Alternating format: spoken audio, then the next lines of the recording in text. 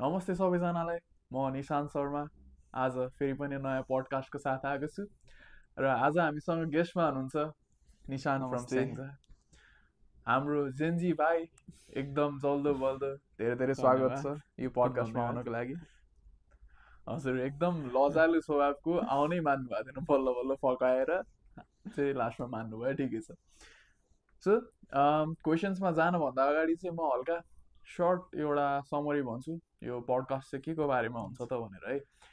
So अब 18, 19, 20 वर्षको उमेरमा हाम्रो धेरै नेपाली भाइ बहिनीहरू चाहिँ नेपाल छोडेर विदेशतिर जानुहुन्छ होइन। धेरै त्यो एक्सपिरियन्स हुँदैन नि त, कतिको त बाध्यता हुन्छ, कति रहरले जानुहुन्छ, कति त यसै लैलैमा ल साथीहरू पनि गइरहेछन् म नि गइदिन्छु भनेर। अनि लाइक त्यो भएपछि एउटा लङ टर्म प्लान चाहिँ धेरैको चाहिँ लङ टर्म प्लान हुँदैन है। सो धेरै मान्छे चाहिँ अनस्योर हुनुहुन्छ नि त त्यसपछि। अब यता आइसक्यौँ, यतै बस्ने कि नेपाल जाने। अब फेरि यता आएपछि यत्रो मेहनत गरेर आइसक्यो, यत्रो 3-4 वर्ष मेहनत गरिसक्यो, अब यताकै हुन्ला हामी, अब नेपाल त गइँदैन होला। अनि फेरि त्यो देख्दा देख्दा एउटा ट्रेन्ड सेट हुन्छ कि अब यहाँ आएपछि हामी यहीँको हुनुपर्छ, अब जाने त कुरै हुँदैन। सो त्यसपछि जतिजना फेरि आउनुहुन्छ नि त्यो उहाँहरू पनि त्यही सर्कलमा घुलमिल भएर अब यतै बसिन्छ, हामी यतै हो। अनि हुन नि हो, मेबी अब धेरै कुराहरू हुन्छ नि यसमा अफेक्ट गर्नको लागि। अब फर्किने त के रिजनले फर्किने होइन, यतिको अपर्च्युनिटी कहीँ नि पाइँदैन नेपालमा, कहाँबाट पाउनु जस्तो हुन्छ। तर त्यो अब त्यो त्यति डिप नजाऊँ होला। सो क्वेसन सुरु गर्ने हो त, एकदम गरिहालौँ। हस् ल, मैले चाहिँ 4-5वटा क्वेसनको लिस्ट लिएर आएको छु है त। सो फर्स्ट क्वेसन चाहिँ हजुरको लागि,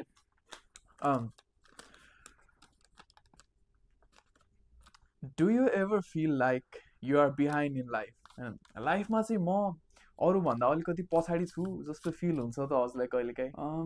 यस्तो हुन्छ नहुने होइन। यो चाहिँ किन हुन्छ चाहिँ भन्दाखेरि होइन, यस्तो कम्पेरिजनले हो कि, मेन रिजन चाहिँ कम्पेरिजनले हो है अनेस्टली। अब सपोज आफू सँगसँगै अस्ट्रेलिया आएको साथीहरू, दे आर डुइङ एकदम वेल इन लाइफ होइन, एकदम राम्रो काम गर्दै हुनुहुन्छ, एकदम कोर्स पनि राम्रै पढ्दै हुनुहुन्छ होइन। होइन भन्नाले कोर्स त हामी पनि राम्रै पढिरहेको। अहिले चाहिँ अब के को कम्पेरिजन हुन्छ भन्दाखेरि पिआर लिडिङ कोर्स हो यिनीहरूको। अब आउने 2 वर्षमा पिआर हुन्छ यिनीहरू, they are gonna be settle एकदम धेरै सुन। अनि त्यसपछि चाहिँ you feel like you are left behind जस्तो कि आफ्नै गल्तीले गर्दा हो कि। तर I don't think that's true होइन। अब मलाई थाहा छैन कि हो त्यहीँनिर हो कि गल्ती हुने, धेरै त्यही कन्फ्युजनमै हुनुहुन्छ। I am still in that confusion होइन, किनकि अफकोर्स त्यो प्यासन पनि अलाइन हुनु पऱ्यो नि त। पिआर भन्दैमा त्यहाँ गएर अब I don't want study certain courses, अनि त्यो कोर्समा चाहिँ पिआर हुन्छ अरे यताउता होइन। अब त्यो हेर्दा चाहिँ अब अरूले चाहिँ एकदम प्रगति गरिरहेछन्, आफू चाहिँ एकदम पछाडि भए जस्तो फिल हुन्थ्यो मलाई नि होइन।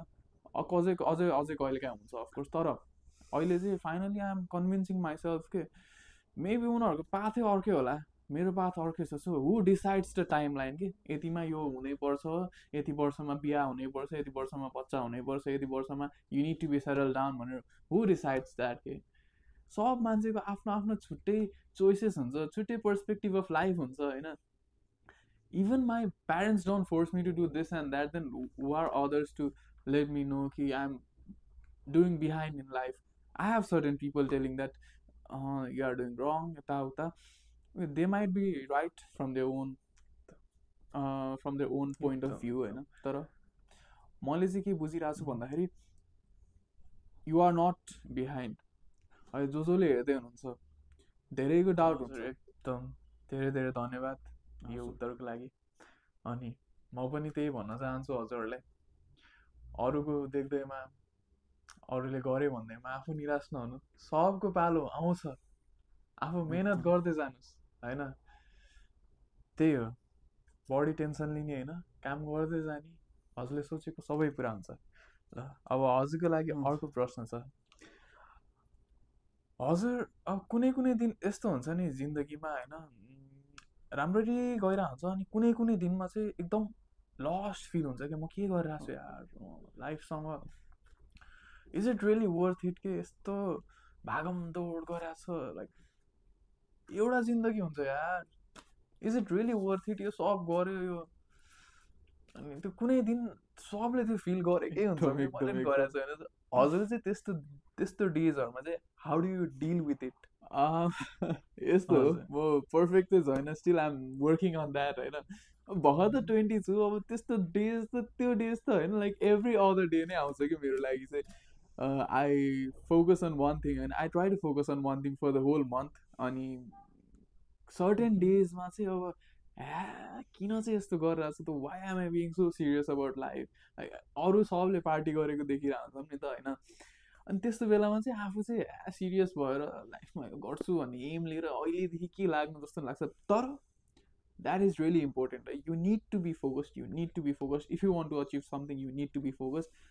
म अझै भन्छु, म प्राउडली भन्छु, I am trying but I am not there, I am not even close होइन, एकदम भर्खर सुरुको लाइनमा छु क्या, आउनै छ अझै होइन, गर्नै छ, मिहिनेत गर्नै छ, I am ready for that होइन।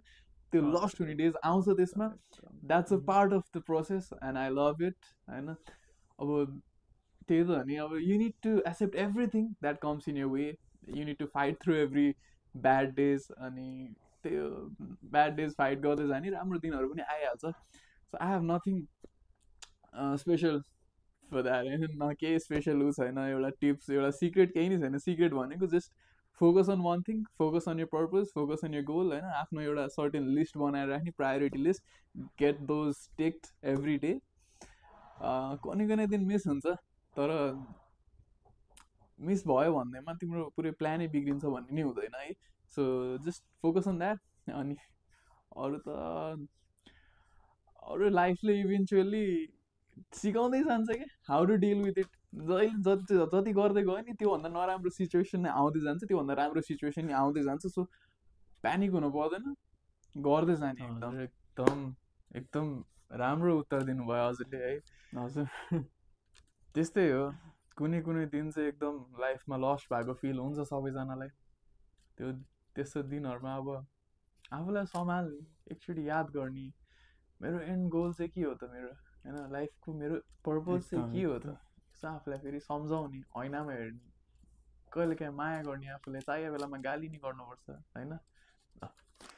अब हजुरको लागि एउटा अन्तिम प्रश्न, किनकि एकदम धेरै समय भइसकेको छ, हामीसँग धेरै समय छैन आजलाई, फेरि पनि गर्दै गरौँला होइन। एकदम ओके, सो के हामी आफ्नो लागि बाँचिरहेछौँ, कि हामी आफ्नो लागि बाँचिरहेछौँ कि त समाजले बनाइदिएको एउटा एक्सपेक्टेसन्सको अनुसार चाहिँ हामीले आफ्नो जिन्दगी कटाइरहेछौँ होइन। Are we actually living for our self or for the expectation that others build for us? यस्तो डिप क्वेसन सोध्नु भएको छ नि हजुरले होइन, I don't know how to answer it. कसम भनेको त यस्तो, तर एकदम यो चाहिँ सबले आफ्नो लागि एकचोटि सोच्नै पर्ने क्वेसन हो है लाइफमा। लाइक हामी के आफ्नै लागि बाँचिरहेछौँ कि समाजले बनाइदिएको एउटा एक्सपेक्टेसन अनुसार बाँचिरहेछौँ? पर्सनल्ली म चाहिँ I am in between those two things कि I am trying to live for myself होइन। तर त्यो समाजमा पनि फिट इन हुनुपर्छ। हामी ह्युमन बिइङ्स भएपछि we are a social creature होइन, अनि समाज बिना हामी बाँच्न सक्दैनौँ।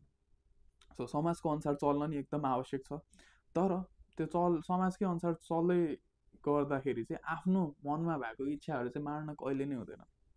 एउटा जिन्दगी छ, समाजकै विरुद्ध गएर त्यो फुलफिल गर्नुपर्छ भने पनि गर्ने भन्छु। यस्तो हो फेरि, त्यो भन्दैमा अरूलाई हार्म पुऱ्याउने काम चाहिँ गर्न भएन, अरूलाई चित्त दुखाउने काम गर्न भएन। तर अरूलाई चित्त दुख्दैन, अरूलाई केही इफेक्ट हुँदैन, आई गेट द्याट ह्याप्पिनेस भने चाहिँ डु इट के। त्यस्तो बेलामा चाहिँ समाजको बाल नदिने क्या, त्यो समाजको लागि राम्रो गरिदिने होइन, जहाँ आवश्यक छ गइदिने, आफू गर्ने राम्रो, तर आफ्नो ड्रिम चाहिँ फुलफिल गर्नै पर्छ क्या। मैले धेरैलाई देखिरहेको छु समाजको प्रेसरले गर्दा चाहिँ we are not able to pursue what they are trying to do in life होइन। इभन मनी फुल्ली त गर्न सकेको छैन, म त still I am figuring it out होइन, के गर्ने जिन्दगीमा भनेर। तर त्यही हो, मेन कुरा भनेको आफू हेर्नुपर्छ सुरुमा, आफू। धेरै धन्यवाद हजुरको यो उत्तरको लागि। अनि त्यसैको साथ आजको मेरो प्रश्नहरू चाहिँ समाप्त हुन्छ। यो समय दिनुभयो हजुरले, एकदम धेरै धन्यवाद। अनि हजुरहरूले नि हेरिदिनु भयो, त्यसको लागि नि धेरै धन्यवाद। अब यसो कमेन्टमा लेखिदिनु होला पडकास्ट कस्तो Please. लाग्यो, इम्प्रुभ गर्नुपर्ने ठाउँहरू भनिदिनु होला होइन, नराम्रो लागेको ठाउँहरू पनि भनिदिनु होला. सो नेक्स्ट पडकास्टमा आउँदाखेरि will improve that, will focus on that होइन. अनि how was the guest, okay होइन भन्नाले अब हाउ वाज द गेस्ट भन्दा नेक्स्ट टाइम Okay, कुन okay, गेस्ट ल्याउँदा ठिक होला भनेर नि भनिदिनु, so that we can do it. अनि त्यही हो. Thank you so much for watching. Hopefully हजुरहरूको पनि यसो मनमा भएको कुराहरू यहाँ रिफ्लेक्ट भयो होला. केही अझै भन्न छ भने कमेन्ट सेक्सनमा मजाले भन्न सक्नुहुन्छ खुलेर होइन. थाहा छ हामीलाई पनि कति गाह्रो हुन्छ भनेर. त्यही भएर धेरै जति लुकाएर राख्यो, जति दबाएर राख्यो त्यति नै दब्दै जान्छ, त्यति नै गाह्रो हुँदै जान्छ. बरु मजाले भन्नुहोस्, सेयर गर्ने मान्छे कोही नभयो नि हामीलाई सेयर गर्नुहोस्, हामी सुन्छौँ मजाले. एकदम दाइ एकदम. एकदम हस्. Thank you so much for watching.